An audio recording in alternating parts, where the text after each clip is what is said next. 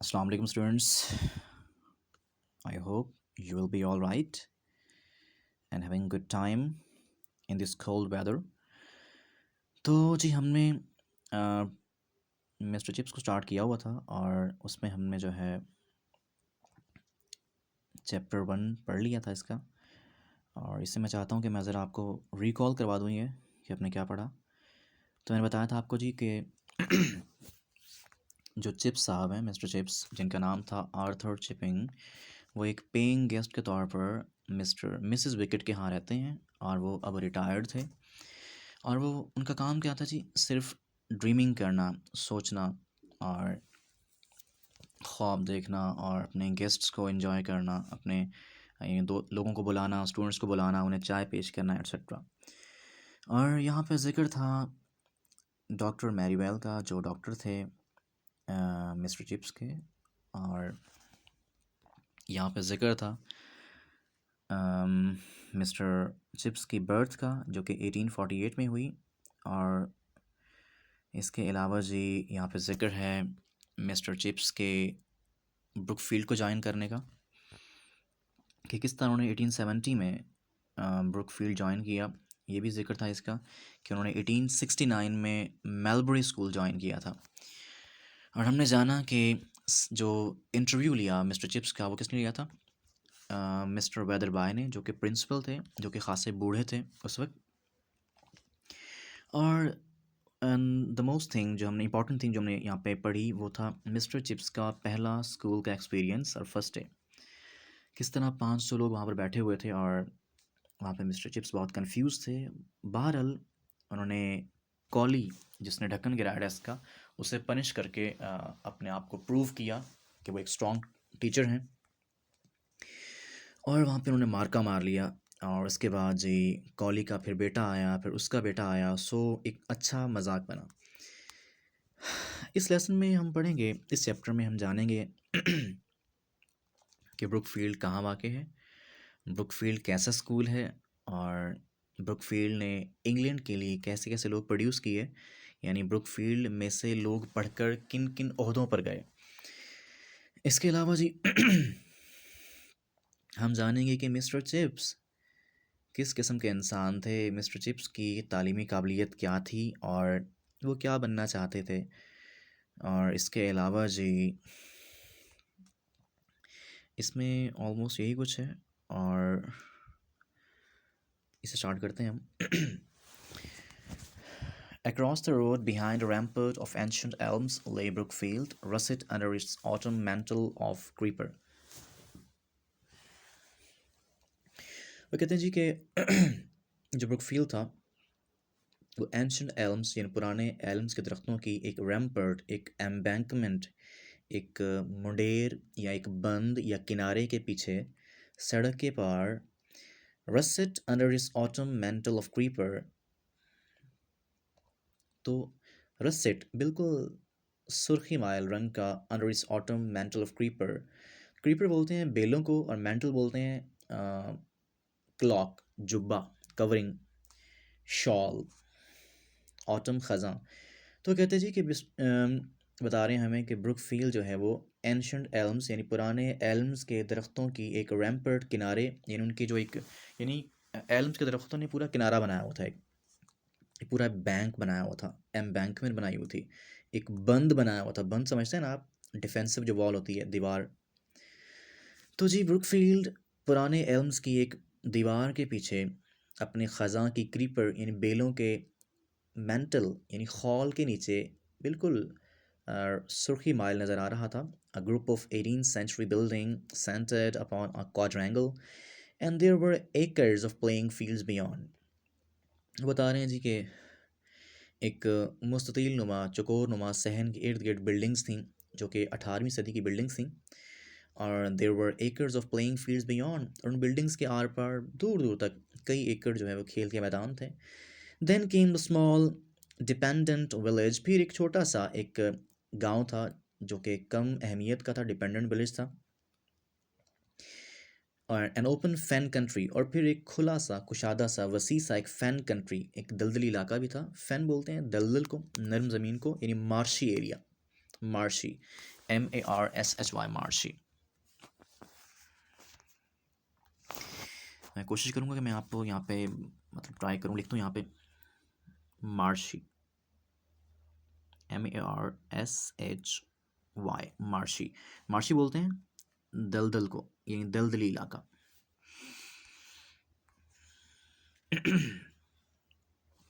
तो जी,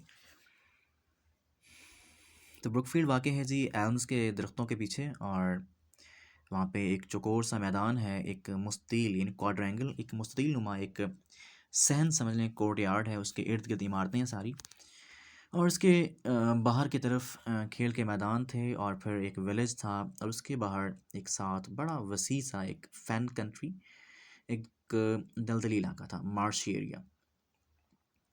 Brookfield, as Weatherby had said, was an old foundation established in the reign of Elizabeth. तो जैसा कि Brookfield Weatherby ने कहा था कि जो ब्रुकफील्ड है वो एक पुरानी इमारत था, पुरानी बुनियाद था, पुराना इदारा था, established in the rain of Elizabeth, जो कि एलिज़ाबेथ के रेन ज़माने में बनाया गया।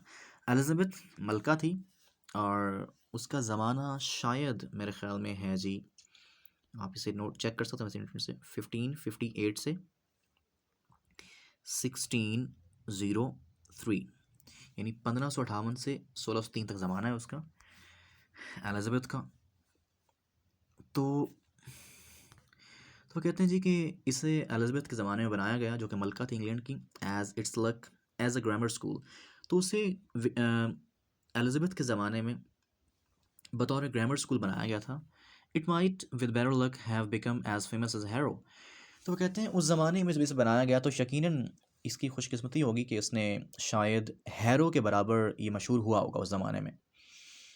यानी जिस ज़माने में ये बनाया गया, अ ग्रामर स्कूल, एक ग्रामर स्कूल था ये तब, it might with better luck have become as famous as harrow.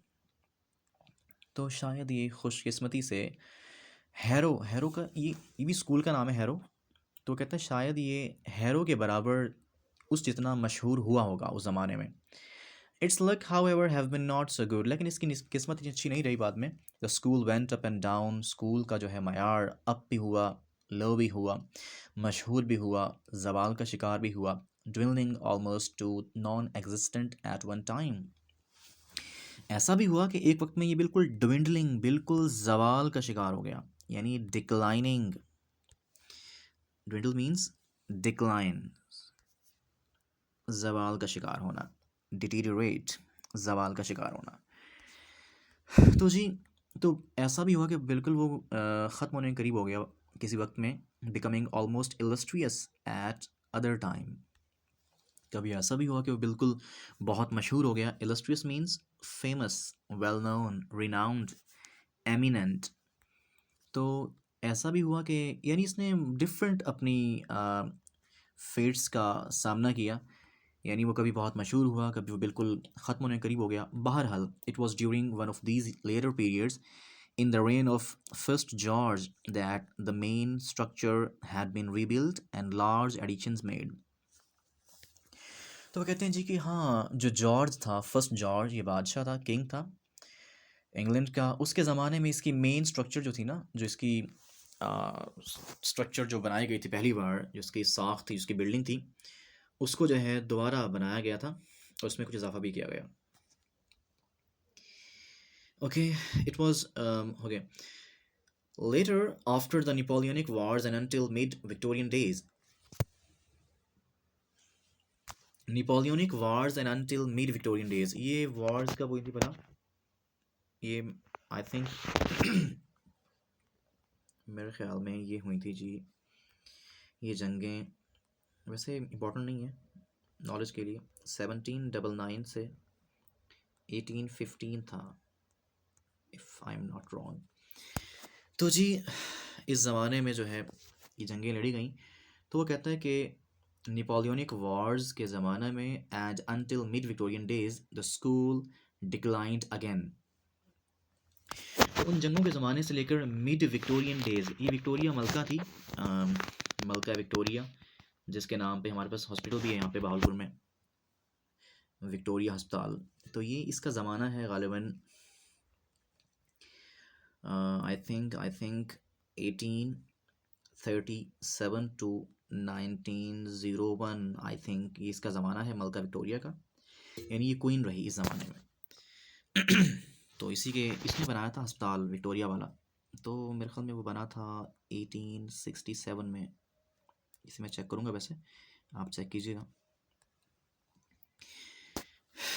Okay so तो वो कहता है क्वीन विक्टोरिया के ज़माने तक जो है ना ये दोबारा जवाल का शिकार हुआ। It declined again both in numbers and repute, तो अपनी तादाद में भी और शोहरत में भी ये खासा इसका जवाल आया इस पर। Repute mean reputation, fame. Repute means fame यानी रेप्यूटेशन यानी एमिनेंस, शोहरत। तो जी फिर जी वेदरबाय हु केम इन 1840। फिर 1840 में वेदरबाय आया। वेदरबाय कौन था भला? वो प्रिंसिपल जो खासा अच्छा आदमी भी था और जिसने चिप्स का इंटरव्यू लिया था।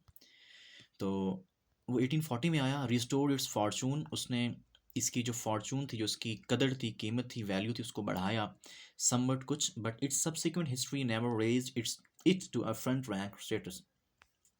लेकिन वेदरबाय के बाद ये कभी भी फ्रंट रैंक के मयार को कभी ना पहुंच सका।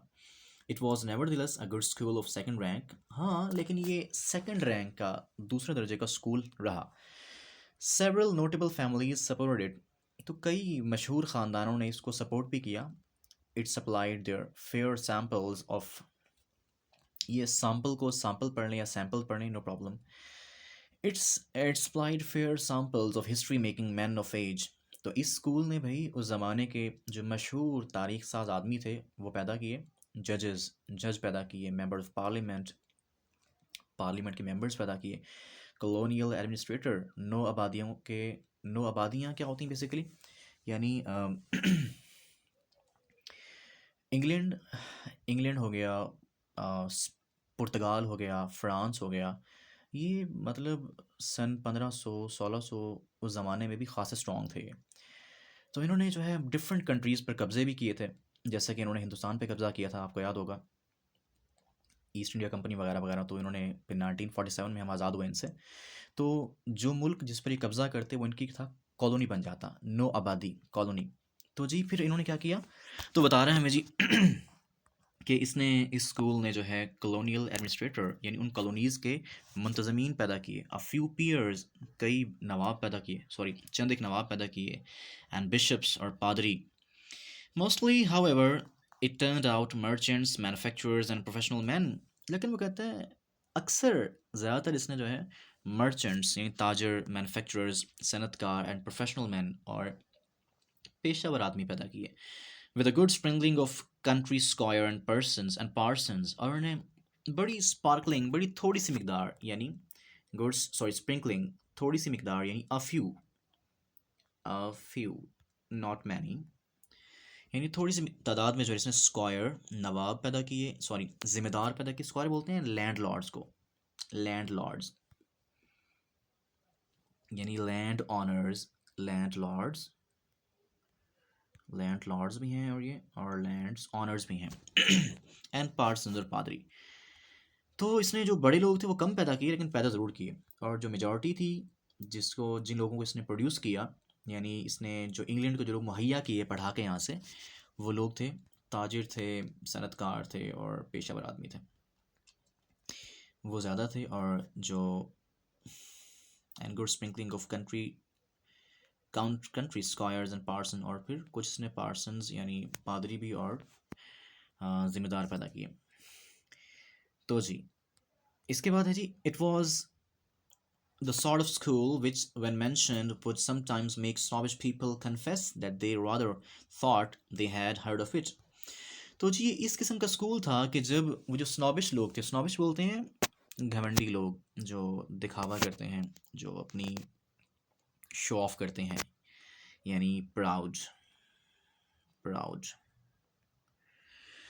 तो जी जब वो जो प्राउड, जो मगरूर लोग थे, जब वो उनसे इसका जिक्र होता ना स्कूल का, तो वो कहते, वो कन्फेस करते हैं, वो ये बात मानते, वो इस बात को एडमिट करते हैं। Confess mean to admit, admit और टू एक्नॉलेज और टू कंसीड मतलब मान लेना, तस्लीम करना।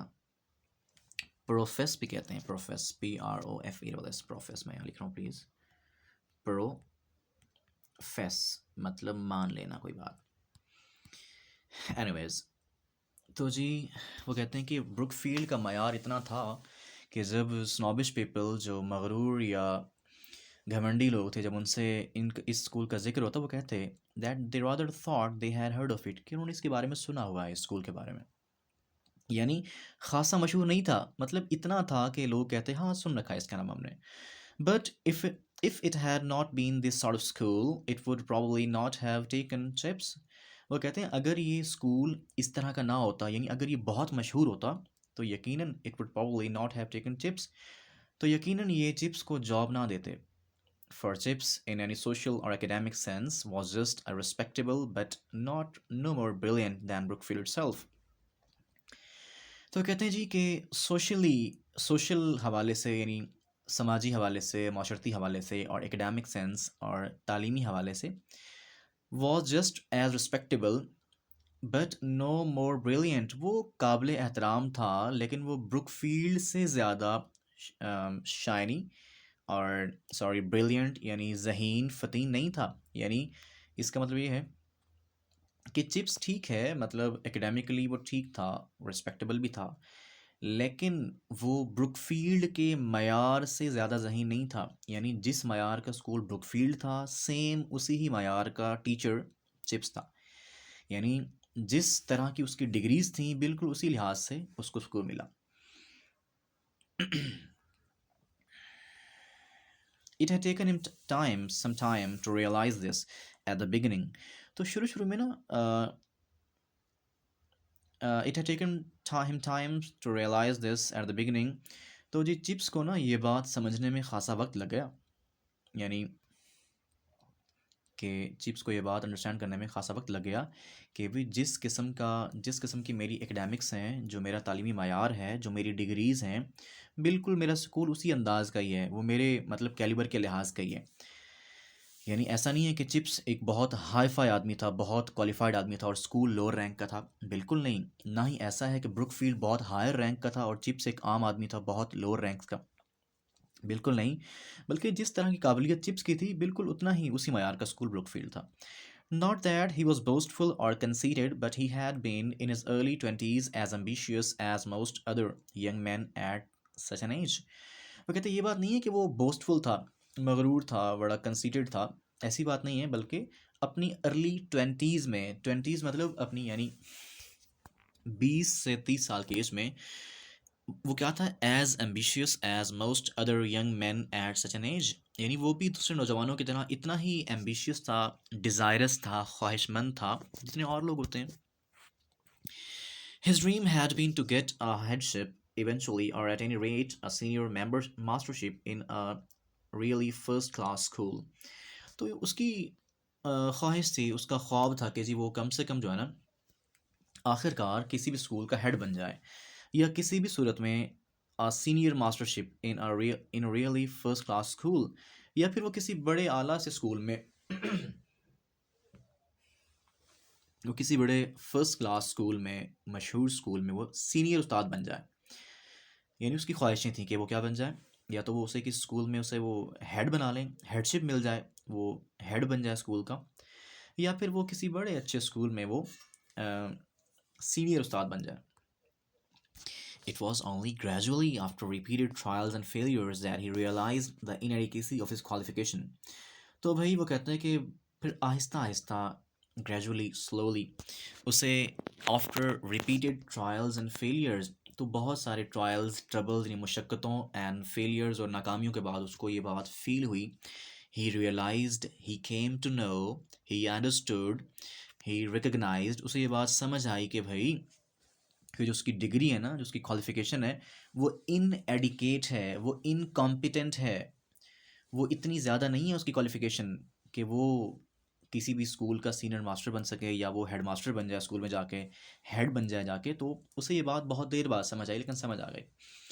His degree for instance was not particularly good, तो उसकी डिग्री इतनी अच्छी नहीं थी भाई, एंड हिज डिसिप्लिन दो गुड इनफ एंड इम्प्रूविंग। उसका जो डिसिप्लिन था, नज़्म ज़ब्त था, ठीक है वो अच्छा था, इम्प्रूव हो रहा था, but wasn't absolutely reliable and in all conditions। लेकिन उसका जो डिसिप्लिन था वो ठीक है, बेहतर हो रहा था, लेकिन वो तमाम किस्म के हालात में एब्सोल्युटली रिलायबल नहीं था। वो उसका डिसिप्लिन बिल्कुल काबिल एतमाद नहीं था, ट्रस्टवर्दी नहीं था।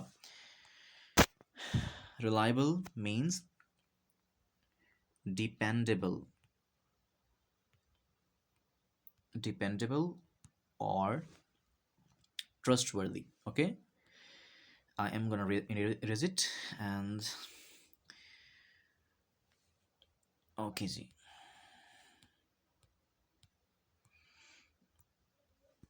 He had no private means and no family connections of any importance। और वही उसके ये जो इशू रहता है अक्सर, चिप्स ने भी इस मसले को खासा फेस किया। वो कहते जी कि ना तो उसके कोई प्राइवेट मीन्स थे, ना उसके कोई ज़ाती वसाइल थे, इतने पैसा पैसा भी नहीं था उसके पास, एंड नो फैमिली कनेक्शंस, और उसके ख़ानदानी ताल्लुकात भी नहीं थे। यानी उसके ख़ानदानी ताल्लुकात नहीं थे कि वो अपने रेफरेंसेस, अपने कनेक्शंस, अपने ताल्लुकात, अपने चाचे मामे को यूज़ करके, कोई बड़ा अहदेदार भी नहीं था उसके पास जिसे वो यूज़ करता, जिसका ताल्लुक, और वो किसी भी बड़े स्कूल में अच्छी पोस्ट लेता। सो अबाउट 1880, तकरीबन 1880 में जाके, आपको याद होगा कि चिप्स ने स्कूल कब ज्वाइन किया था? 1870 में। वैसे उसने स्कूल में ज्वाइनिंग कब की थी वैसे किसी भी स्कूल में, तो उसका फर्स्ट स्कूल था मेलबरी स्कूल, जो उसने ज्वाइन किया था 1869 में। वहाँ उसने 1 साल काम किया। देन ही ज्वाइंड और मूव टू ब्रुकफील्ड 1870। तो 1870 से अब तक उसे 10 साल हो गए थे 1880 में। तो कहते about 1880, after he had been at Brookfield a decade, जब उससे यहाँ पे आए हुए कोई एक दहाई हो गई। डेकेड मीन दहाई, 10 साल। He began to recognize that the odds were heavily against his being able to better himself by moving elsewhere। तो 1880 में जाकर उसे महसूस हुआ कि भाई कि जी हालात जो है ना, जो चांसेस हैं वो बिल्कुल इस बात के ख़िलाफ़ हैं कि वो कहीं और जाकर अपने आप को बेहतर कर सके। But about that time also the possibility of staying where he was began to fill a comfortable niche in his mind। तो फिर उसी ज़माने में उसके दिलो दिमाग में ना ये बात बैठ गई कि जी मैं अब यहीं पे रहूँगा, तो मैं अब यहाँ पे कंफर्टेबल हूँ, पुरसकून हूँ। सो आज के लिए इतना काफ़ी है, बिकॉज़ वीडियो जब लंबी हो जाती है तो फिर इसे अपलोड करना खासा मुश्किल होता है, तो आप भी वैसे बोर हो रहे होंगे। सो आज के लिए इतना ही है, और प्रीवियस क्वेश्चन कर लीजिएगा लाजमी आप, because we have no opportunity to get your answers in any way. So मैं कुछ क्वेश्चंस आपको इसके मार्क करवा दूं जो आपने लाजमी करने हैं चैप्टर 2 के।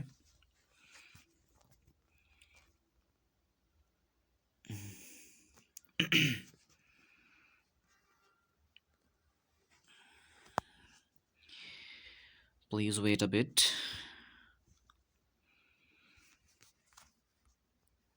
जी हमारे पास क्वेश्चन है इसके जी। ये फर्स्ट क्वेश्चन खासा इंपॉर्टेंट है हमारे पास। ये है जी first question, how did Brookfield look. Okay, इसके बाद है, हाँ जी, क्वेश्चन नंबर 4।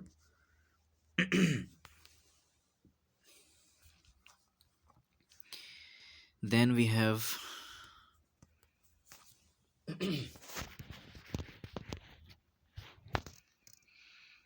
वैसे सारे ही करने हैं आपने, चंद बता रहा हूँ मैं आपको जी। ये खासा इंपॉर्टेंट क्वेश्चन है। What kind of people did Brookfield supply? कि ब्रुकफील्ड जो है उसने इंग्लैंड को कैसे लोग मुहैया किए, यानी किस किस्म के लोग वहाँ से पढ़ के गए और फिर क्या बने वो जाके। और जी ये भी खासा इंपॉर्टेंट क्वेश्चन है, जिस पे मैंने अनइंटेंशनली मार्क कर दिया। क्वेश्चन नंबर था हमारे पास ये 9। और इसके अलावा जी we have the last question, that is 12th question, important too। What was the inadequacy of Chip's qualification? Sorry जी। ओके, ये क्वेश्चन हमारे, तो इन्हें आपने करना है बेटा। बहुत शुक्रिया वक्त देने का। God bless you all. Thank you and अल्लाह हाफिज़।